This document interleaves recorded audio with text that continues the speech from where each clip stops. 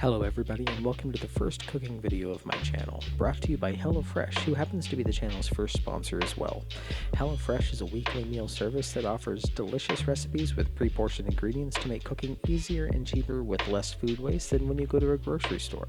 With HelloFresh, you have options for adding, swapping, or upgrading proteins each week. Just like I did here, I chose the steakhouse-style chicken. Plus, you can add protein to veggie dishes for even more flexibility. Mix up mealtime by learning a new skill, whether that's solo, with a partner, or with your family. The step-by-step recipes are so easy to make, even for kids helping hands to pitch in.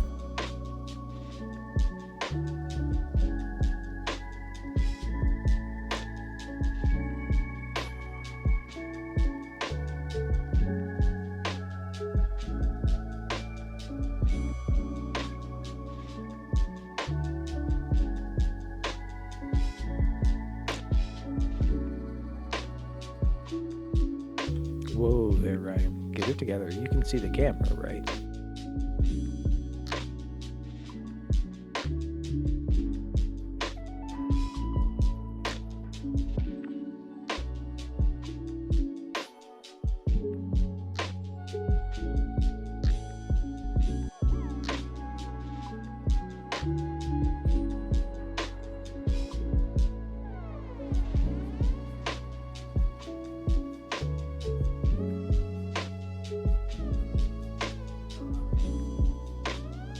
And I am all thumbs today.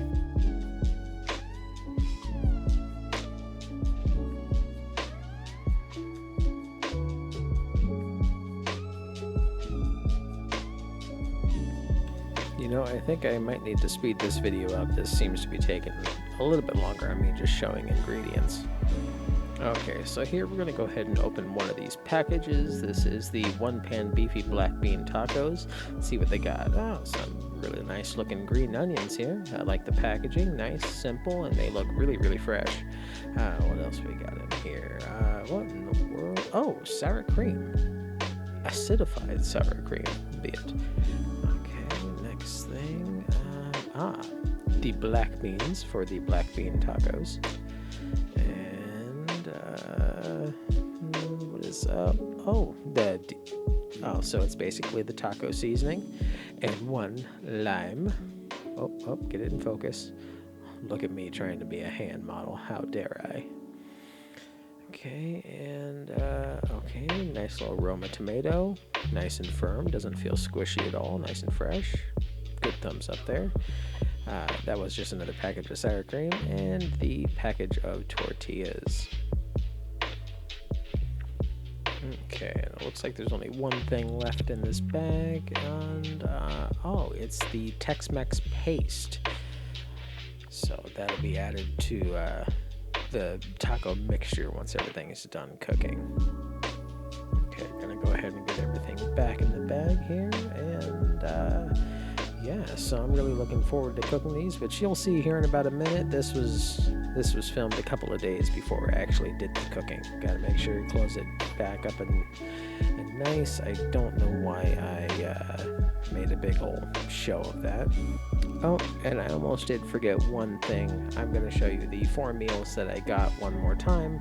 That is the one-pan beefy black bean tacos, the one-pan cheesy chicken and pepper fajitas. I got the steakhouse style chicken. That was my change in protein, and then there's also the firecracker meatballs.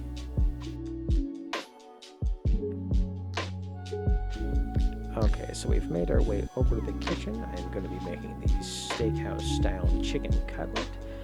Those are the ingredients that are going to be needed, and what the final dish should hopefully look like. Go ahead and flip this over.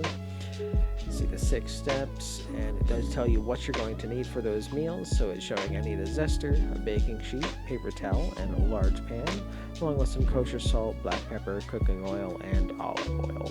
We're going to be starting with step 1. Okay, so step 1 is we got the produce here. I need to get rid of the rest of the stuff. Okay, I don't need you guys. Yeah. Well, step 1, as always, even though the instructions don't say it, always wash your hands. And this is going to be sped up just because I don't think you want to watch this whole process at normal speed. It did take a couple of minutes. So cleaning out the sink, and then we're going to wash our produce. Everything, that is. The potatoes and the lemon. You want to scrub that lemon down. You want to get all the dirt off of the potatoes. And while we wait for me to finish this task, please make sure to use my link. Go to HelloFresh.com and use code POGSE13901 for 16 free meals across 7 boxes, plus 3 surprise gifts.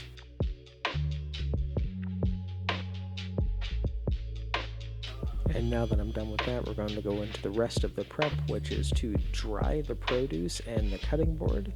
And then we're going to dice the potatoes into 1/2-inch pieces. Always got to make sure your knives are nice and honed up. That way they're good and sharp. Get the lemon off the board. We're going to cut that one eye off.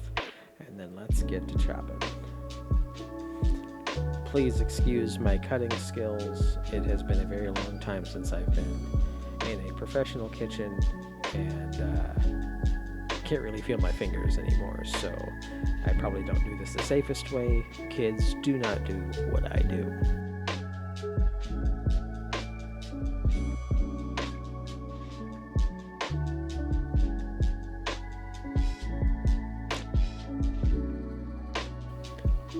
Also, the recipe does not call for it, but you can peel these potatoes if you're not a potato skin fan.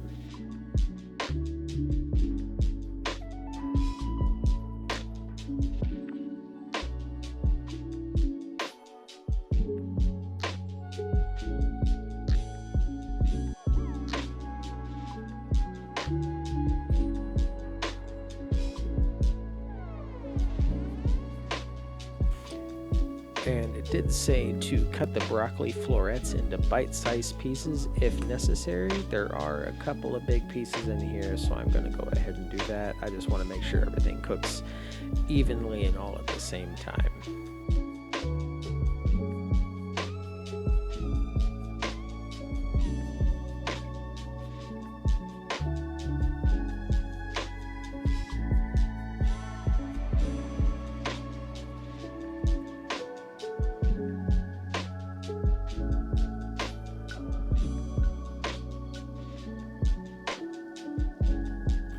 Now we're on to the onion, where it does say to halve, peel, and mince half of the onion, or if you happen to be serving 4 people, you would do the whole onion.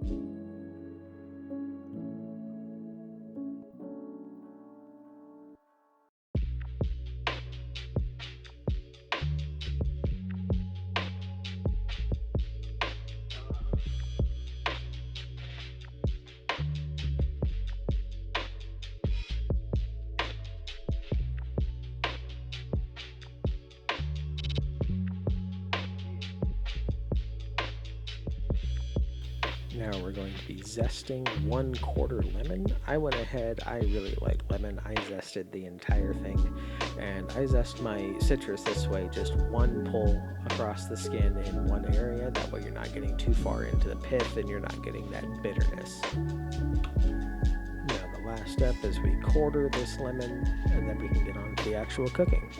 Prep is done. Step number 2 is to toss the potatoes in a little bit of oil, salt, and pepper. I like using avocado oil because of its high smoke point, plus I enjoy the flavor, and it's also good for seasoning cast iron.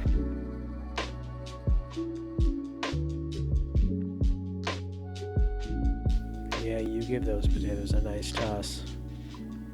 I'm pretty sure they're mixed. What are you doing, Ryan? You're done mixing the potatoes. That's enough slices!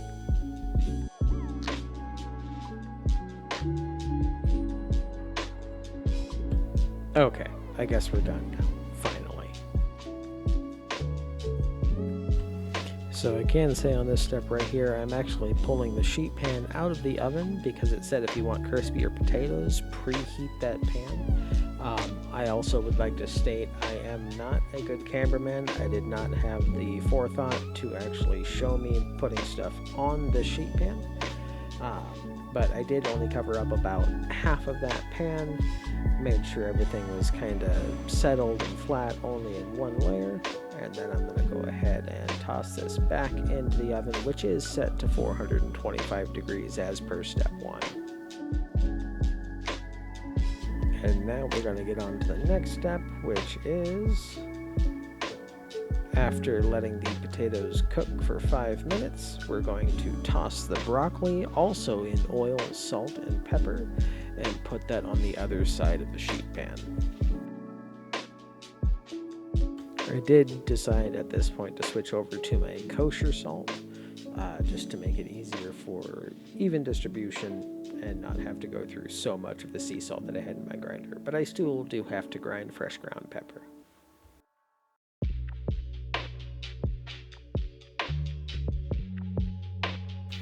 Do actually find it funny though, if you were able to hear the audio of the video that I'm recording, you would actually hear Castlevania in the background, because I've always got to have some sort of background noise when I cook. Some of the perks of having ADHD, I guess. Oh hey, it looks like I'm going to overmix the broccoli too. Oh, wait, did I learn my lesson? I guess I did. Oh, no, it looks like I'm just adding a little bit more avocado oil. I want to make sure this stuff doesn't burn, but it does get a good Maillard reaction. Oh look, mixy mixy. And I guess I'm just going to keep mixing and mixing and mixing. Now that I'm finally done mixing, guess I just still have to wait on the potatoes. So let me sit here and twiddle my thumbs, and yeah, here we go. Okay, so now that the timer has gone off, we're going to go ahead and pull those potatoes out of the oven. They have only been baking for about 5 minutes. And am I going to do it again? No, it looks like I actually learned my lesson. I'm going to pour this onto the pan in front of you while somehow still blocking your view. Make sure that's all flat and put it back into the oven for 15 to 20 minutes. And then we're going to move on to the next step of prepping the chicken cutlet, which calls for draining the package of chicken cutlets and then patting them dry with some paper towel.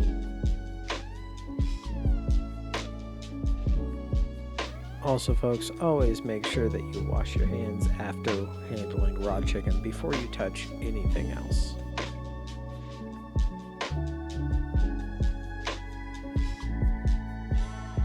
And then once we got those cutlets nice and dry, we're going to season with salt and then coat it with as much of the steak spice as will stick. You will see me pressing in this spice because I want to get as much of it on there as possible. I really like heavily seasoned chicken. Also, you notice I am handling the chicken and handling the seasoning with 2 separate hands. That way I don't have to deal with cross-contamination. And now we're going to be pressing in that steak seasoning, which looks like it has some peppercorns, some dehydrated garlic, a bunch of other spices.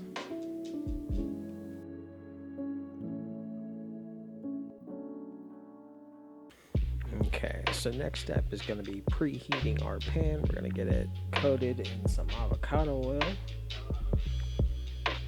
And go ahead and turn that on to a medium-high heat. Let it come to temp. Oh, also, we are going to be doing dishes while we wait for this to cook and come to temp.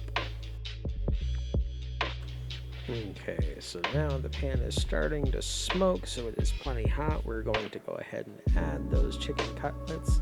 You're going to lay them down in the pan. Oh, away from you. There you go. Good. Oh, it's stuck to the side.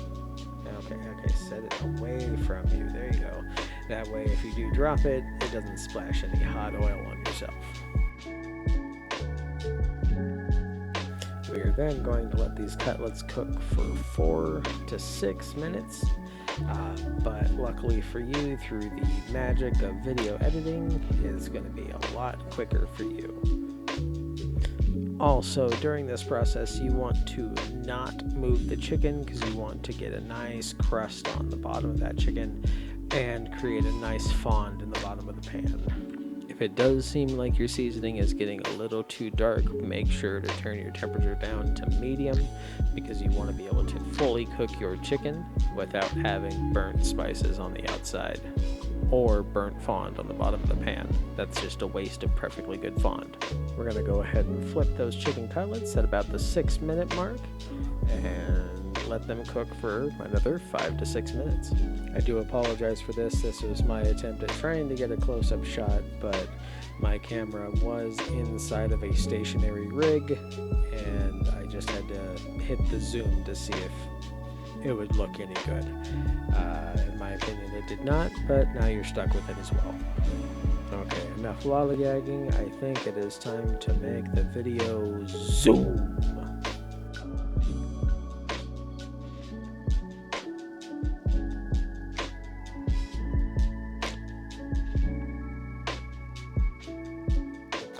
After 5 or 6 minutes is done, we're going to go ahead and check the other side of the chicken, check it for doneness.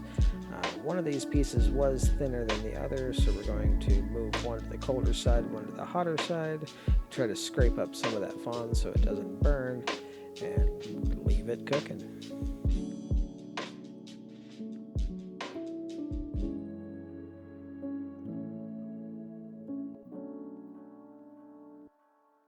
I know one thing I'm looking forward to with HelloFresh is they have 50 weekly options, including a rotating selection of items at the HelloFresh market. There's going to be plenty of delicious dishes to choose from no matter what the occasion, so you're never going to get tired of what you're eating. You're never going to have that slump of, oh, I feel like I'm eating the same thing over and over and over again. And one of the worst things as an adult, you don't have to choose what to cook for dinner every single night. It's already ready for you. You just got to go. And around this time, my timer went off saying that my vegetables were ready. Looking at it, it did look like the broccoli was done, so I'm going to go ahead and move that into a bowl. And then I'm going to spread out the potatoes that are left on the pan. They were bunched up a little bit. I want to get them a little bit more crisp. I want to get some almost home fry style potatoes. After I got those potatoes back into the oven, I did notice that one of the chicken cutlets was pretty much done and I didn't want to overcook it, so I went ahead and took it out and put it on the cutting board. I'm going to continue cooking this one until I know it is done. I don't want to be serving anybody some raw chicken. And there we go, and now we're on to our next step. That next step being that we're going to add a little drizzle of oil to the same pan that we cooked the chicken in, and over medium heat we are going to add the minced onion and cook, stirring until softened and lightly browned, roughly about 3 to 4 minutes. Also, yes, I know that is not a very good mince onion. I prefer bigger chunks, so one of the great things about cooking is you do what you want to do. We also let those onions sit on top of the fond and steam. That way it broke it up, basically deglazing the pan and getting all that flavor added to the onions. Right there, I was adding the lemon zest to the broccoli as it had cooled off just a little bit. Mix that up. We continue with the onions for the sauce. And once the onions are done cooking, we're going to be adding this beef concentrate, which I didn't really show you because once again I am a bad cameraman. I'm going to mix that in with the onions, get it cooked down a little bit, and then we're going to add 1/4 to 1/3 cup of water. Then we're going to stir to combine, making sure to scrape the bottom of the pan to get all that delicious fond. The silicone spatula just wasn't working, so I went ahead and pulled out my metal whisk to really scrape at the bottom of the pan, get all of that fond up. And mixed into the broth liquid, and just continue to keep cooking it down. Once that has finished thickening up, you want to go ahead and take it off the heat. Man, I am a really bad cameraman, but we're going to add the packet of sour cream to it and mix everything together. I'm going to add a little bit more water because I cooked it down just a little bit too much and there wasn't going to be a lot of sauce. Once the sauce is done, we're going to go ahead and finish up the last little bit of preparation by cutting the chicken, and then we are going to get on to the plating.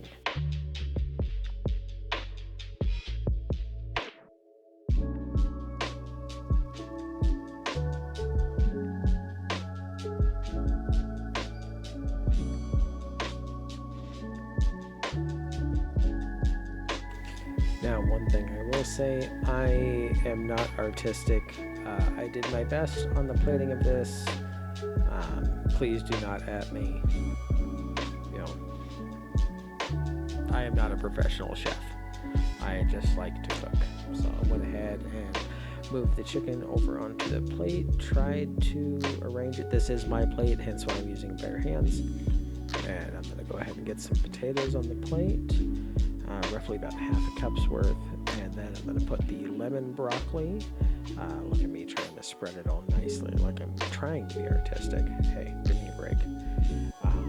Okay, yeah, I really like broccoli, so went ahead and did that. And then I'm going to be doing the pan sauce, get that spread over the chicken.